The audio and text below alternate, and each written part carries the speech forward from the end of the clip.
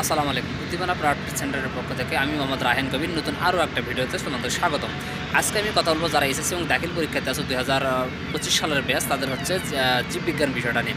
বিষয়টা তোমাদের জন্য খুবই গুরুত্বপূর্ণ হতে, তাই ভিডিওটা না টেনে পুরো ভিডিওটা দেখো, অনেক বিষয় জানতে পারবে। আমি এখানে তোমাদের শুধু গুরুত্বপূর্ণ কয়েকটা অধ্যায়, যে অধ্যায়গুলো শর্টকাটে আলোচনা করেছি, এই অধ্যায়গুলো থেকে তো প্রিপারেশন তোমরা 100% প্রশ্ন কমন হবে ইনশাল্লাহ। আর হ্যাঁ, যারা বিভিন্ন ধরনের ভিডিও দেখতেছো যে পরীক্ষা আসলে এবার কঠিন হবে না ভালো হবে, এগুলো নিয়ে তোমাদের চিন্তা করার দরকার নাই। তবে একটা বিষয় মাথায় রাখো, যে তোমাদের মাথায় যদি পড়া থাকে তাহলে তোমরা যেভাবেই হোক অ্যান্সার করতে পারবে। সেটা যদি পরীক্ষক তোমাদের টেবিলের সামনে দাঁড়িয়ে থাকে তাহলে কিন্তু তোমরা ভালোভাবে পরীক্ষা দিতে পারবে। এই জন্য প্রিপারেশন তোমরা সেভাবে নাও, ও সব চিন্তা ভাবনা মাথা থেকে ছেড়ে ফেলো, সে ভালোভাবে প্রস্তুতি নাও, তাহলে ইনশাল্লাহ তোমরা ভালো ফলাফল করতে পারবে। তাহলে চলো মূল ভিডিওটা শুরু করি।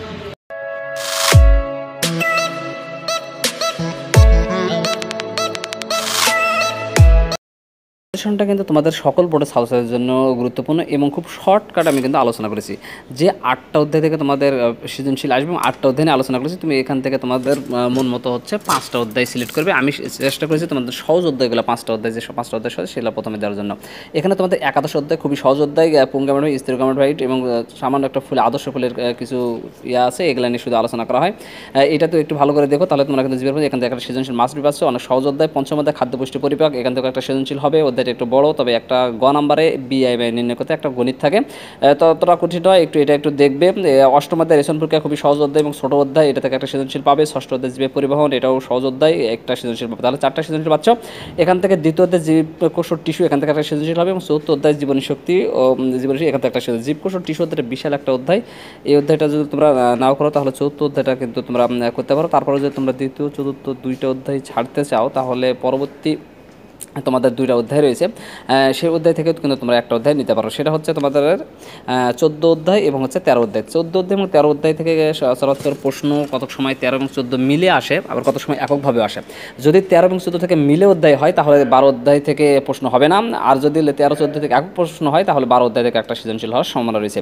অর্থাৎ 13 14 মিলে একটা হলে 12 থেকেও একটা হবে, আর যদি 13 14 থেকে একটা করে হয় তাহলে কিন্তু 12 অধ্যায় বাদ যাবে।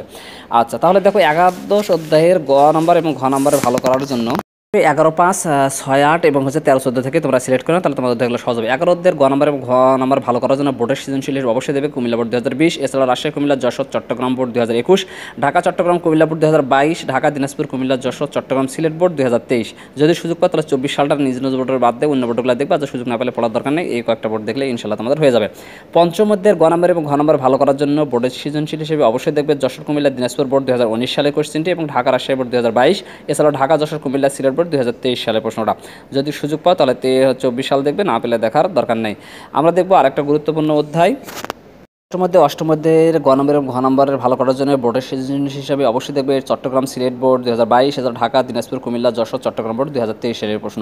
তোমাদের কাছে অনুরোধ, মূল বইটা বেশি করে দেখার চেষ্টা করে। মূল বই থেকে এমসিকিউ হওয়ার সম্ভাবনা সবচেয়ে বেশি এবং মূল বই থেকে তোমাদের যেভাবে প্রশ্ন হোক সেই প্যাটার্নে কিন্তু অ্যান্সার করতে পারবে। তোমরা গাইড বইগুলো ফলো করলে এখান থেকে কমন পাওয়ার সম্ভাবনা কম রয়েছে। এই জন্য মূল বইটা আগে অধ্যায়টা টপিক্সটা দেখবে, তারপরে তো হচ্ছে ক নম্বর এবং খ নম্বর যদি তোমরা দেখতে পারো তাহলে আমাদের হচ্ছে 24 সালের যে সাজেশনটা দেওয়া আছে তোমরা সেখান থেকে ক নম্বর খ নম্বরে দেখে নিতে পারো। দেখবো ষষ্ঠ অধ্যায় গ নম্বর এবং ঘ নম্বর ভালো করার জন্য বোর্ডের সৃজনশীল অবশ্যই দেখবে রাজশাহী বোর্ড 2016 এবং দিনাজপুর বোর্ড 2019, এছাড়াও কুমিল্লা ময়মনসিংহ বোর্ড 2020, ঢাকা কুমিল্লা দিনাজপুর যশোর চট্টগ্রাম বোর্ড 2023 সালের প্রশ্নটি।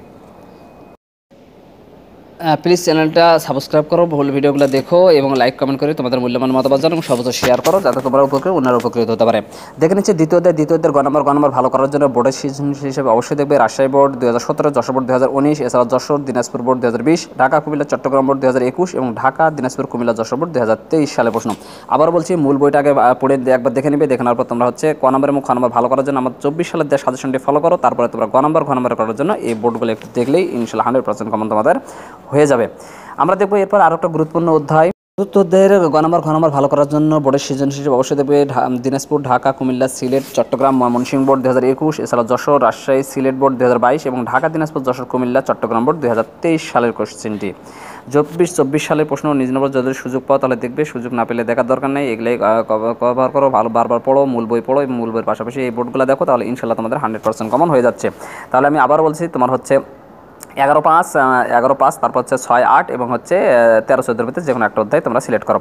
এখান থেকে আমরা দেখবো হচ্ছে 14 অধ্যায়ের গ নম্বর ভালো করার জন্য বোর্ডের সৃজনশীল অবশ্যই দেখবে ঢাকা দিনাজপুর সিলেট বোর্ড 2019 সালের কোশ্চেন, এছাড়াও রাজশাহী দিনাজপুর চট্টগ্রাম বোর্ড 2020 সালের কোশ্চেনটি। 13 অধ্যায়ের গ নম্বর এবং ঘ নম্বর ভালো করার জন্য বোর্ডের সৃজনশীল অবশ্যই দেবে বরিশাল বোর্ড 2017, এছাড়া যশোর, দিনাজপুর বোর্ড 2019, ঢাকা, দিনাজপুর, সিলেট, চট্টগ্রাম বোর্ড 2020 সালের কোশ্চেনটি। তোমাদের আগে বলছি, আবার বলতেছি, যদি 13, 14 দুটো মিলে অধ্যায়ে প্রশ্ন আসে তাহলে কিন্তু 12 নম্বর থেকে প্রশ্ন আসবে। আজল ওদের 12 বা 13 বা 14 থেকে একক প্রশ্ন আসে তাহলে কিন্তু 12 নম্বরের সম্ভাবনা খুব কম।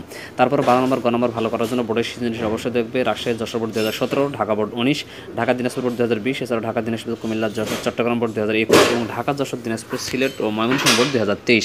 24 সালের প্রশ্ন সময় পাইলে দেখবে, না হলে দেখার দরকার নেই। আর অবশ্যই মূল বইটা ভালো করে পড়ে মূল বইটা পড়ার পর এই প্রশ্নগুলো দেখবে। ক নম্বর এবং খ নম্বর ভালো করার জন্য আমার 24 সালের দেওয়া সাজেশনটা ফলো করো, তাহলে তোমরা ভালো করতে পারবে। তাহলে আজকের মধ্যে ভিডিওটা এখানে শেষ করছি। খুব শীঘ্রই নতুন আরেকটা ভিডিও তোমার সঙ্গে দেখা হবে। সে পর্যন্ত ভালো থেকো। আল্লাহ হাফেজ।